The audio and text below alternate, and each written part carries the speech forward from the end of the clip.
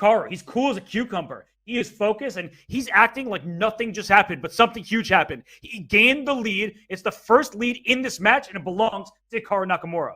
And that final position, I think the reason Magnus flagged is because he recognized that the white king was going to move into the queen side.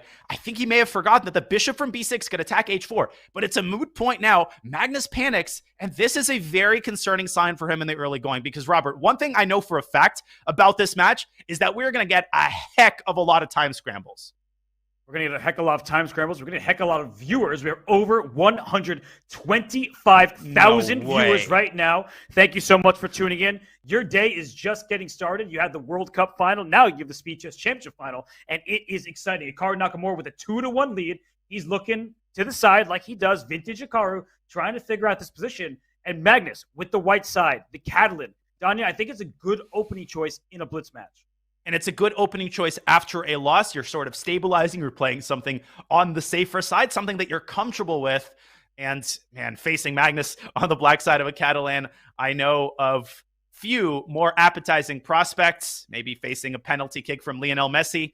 That's right about comparable. Yeah, that was not very fun, right? Lionel Messi scoring for Argentina multiple times today, leading them to victory.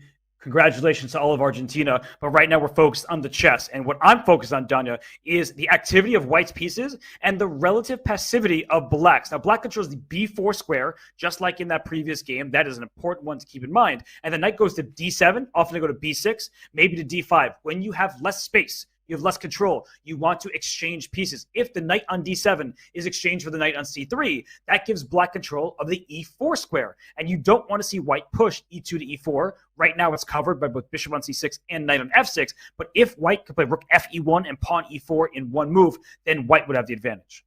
Great insight and explanation. In these types of Catalan structures, you also sometimes see the light squared bishops get traded, and on paper that favors black. It weakens white's king, and obviously piece exchanges favor the side that's more cramped. But there we go, Robert.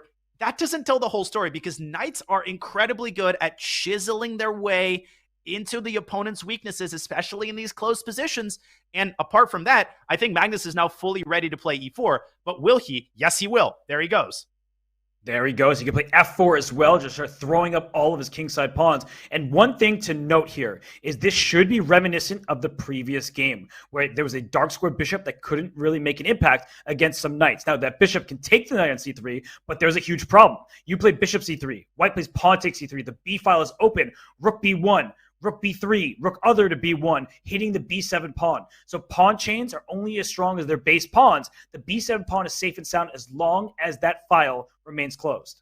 And HIKARU bringing his queen into b6 and putting pressure on the pawn on d4. He is going to follow up with rook a to d8. And it concerns me that black's play in this position just seems very easy. It's free-flowing, rook d8. Then perhaps you can bring the knight back to d7 to exchange white's strongest piece. On the other hand, what is Magnus's plan? He doesn't seem remotely capable of pushing d5 here. I don't think that's the way he should go. Maybe he should bring his knight back to f3 and play e5. Robert, do you think he's just going to tread water with some of these improving moves? For now, he will. And it's often what it requires in this kind of position. Knight f3, you mentioned it. He retreats, he defends. e4 to e5 is something to keep in mind. You don't want to rush that decision. No. Because as soon as you play e5, you give the d5 square and your pawn on d4 is a long-term weakness. That said, you vacate the e4 square for your knight. So what white sometimes does here is pawn h4. After e5, pawn g4, and start an attack on the king side, because look at black's pieces. Bishop on b4, queen on b6, rook on d7. They're playing on the other side of the board. So if you can get a timely attack, you may devastate, obliterate the black king. A lot of players, a lot of fans, they think of these positions as boring, but they're not. It's a slow burn for sure, right? Nothing happens fast in these types of positions, not even the moves played by the players themselves, but there's so much going on behind the surface. There's so much tension on the board. Look at the pressure the black exerts on d4. Look at the potential that white has on the king side. Something's going to happen here, and it's only a matter of time. But I'm on the same page. You should not play e5 until careful consideration, because as a very wise man once said, pawn chains are only as strong as their base pawn.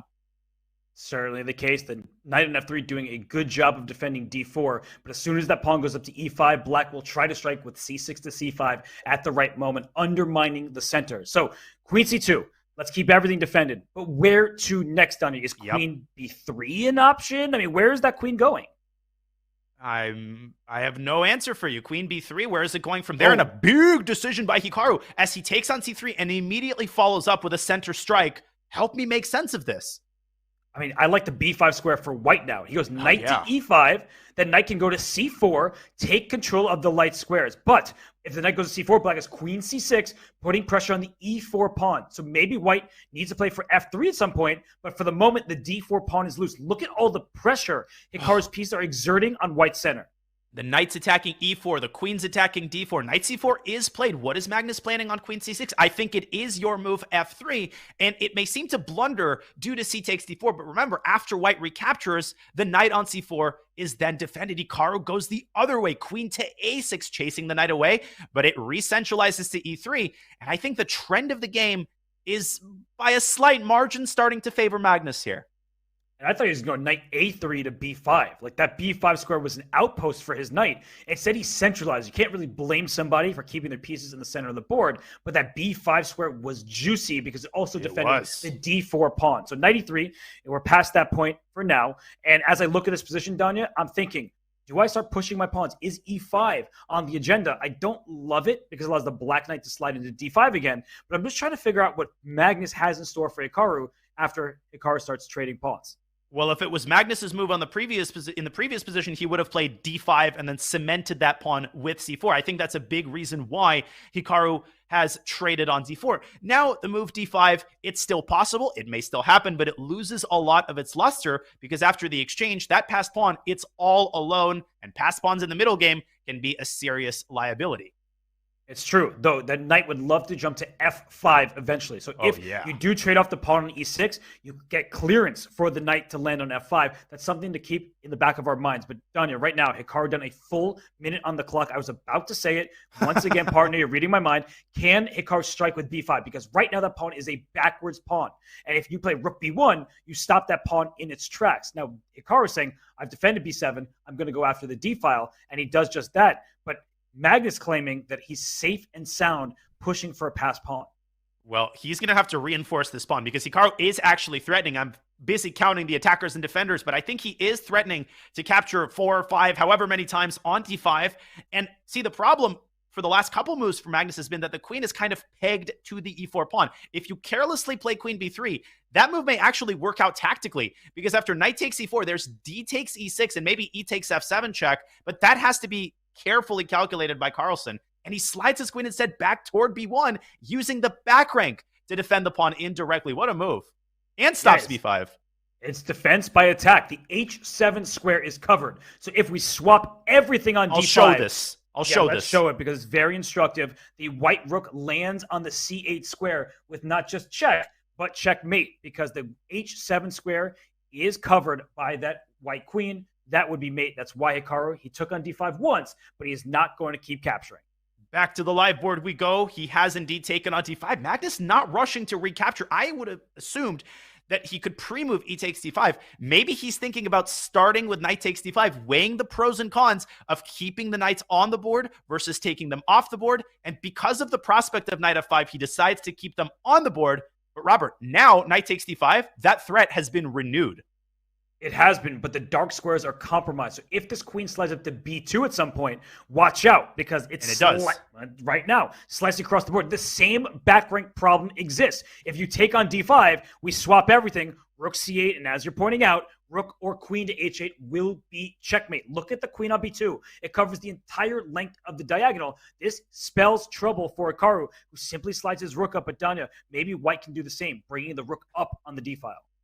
He can, and you mentioned it, a slightly different defensive mechanism, but the same result. The pawn on d5 was untouchable, and Magnus continuing to tighten the screws. This is where he is best, as he tightens the noose from all sides. The rook moves up to c5. It can slide over to b5, and this is right around where Hikaru is seriously regretting not pushing b5 when he had a chance. And you said all sides. I'm also looking at the clock. That may not be on the board, but it's definitely on Hikaru's mind. 22 seconds to over a minute. He goes queen a7, attacking the rook. The rook can simply slide over to b5. White can also make the move queen to c3, but you have to watch out because there's knight e4 with a fork. So watch out for these jumpy knights. You do not want to blunder here if you're Magnus Carlsen. And Queen A7 is a classic Hikaru move. This is what he does. He poses problems. He forces you to make decisions. And before you know it, he's dragged you into another time scramble. Rook to D to C1 by Magnus, the eval bar disapproving. B6, and Hikaru's going to go after the pawn with Queen A8, but Rook C6. I was expecting Rook C7. Okay, so knight d5, rook takes d6, knight takes e3 is check intermezzo, but there's Queen A8. Back rank problem. He goes Queen A8. Wow, what a move, because if rook d6, d5 will fall. Oh my goodness, maybe and if it falls, why can it end up a pawn down? Maybe queen takes f6 here is a good practical try. But you give up your queen for a rook and a knight after queen takes f6. I'm just thinking about this because the b6 pawn is also loose. And Robert, another detail. Queen e5, knight takes d5. Seems to blunder a rook, but knight takes e3 is a double check against White's king, and White's the one who gets mated. And look at this. Look at this. Magnus down to 15 seconds. We've got another time scramble, and Hikaru is once again in his comfort zone. Yeah, Max needs to move. He's still thinking. He could sack the queen. He could take b6, but d5 will fall if he doesn't move that knight off the board. So the pawn is gone. The rook is protected on c6. Rook G6 but that king is in perpetual trouble. He goes h4 instead. He wants to win. He wants to win, but he's down to 4 seconds. We've seen this story unfold before. It's an equal position objectively, but both sides making threats. Magnus down to 1 second. The rook can't move from d5. The f7 pawn is loose. The queen hits the rook. Queen lines up with rook on f7. Watch out. The second rook for white can come into the game. It can come in the game through c4. There goes black's rook. Hikaru offering a queen trade, and that's basically a peace offering by Nakamura. Well, white and black both have one active and one passive rook, but white's passive rook on f4 is still more active. There's nothing to attack. The player